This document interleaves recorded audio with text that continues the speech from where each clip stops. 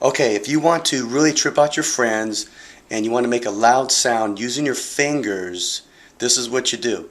Once you get used to learning how to do this, you can tell your friends, here, let me pull my fingers out of socket, make them think you pull them out of socket, you really trip them out, and then you're going to make this sound. This is called the finger pop against cheek sound. I don't think anybody's ever seen this. I have not seen this on YouTube.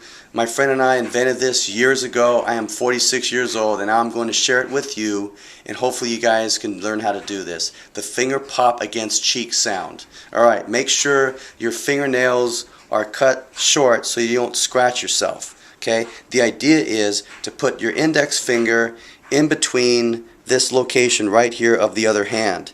Not too far up, not too far down, right in that pocket right there. You put them close, not too tight, not too soft, right there. And when on the flip side, that's what it looks like. And when you're flipping your finger, it goes like that. You're just kind of popping it.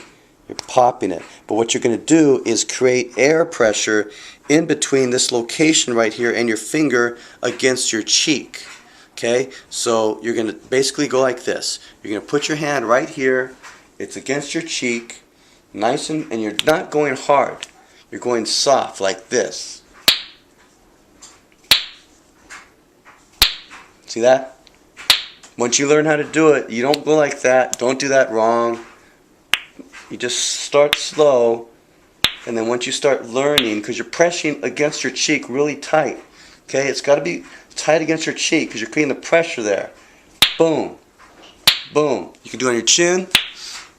Anywhere you want. As long as there's skin, you do it. That's basically it. That's it.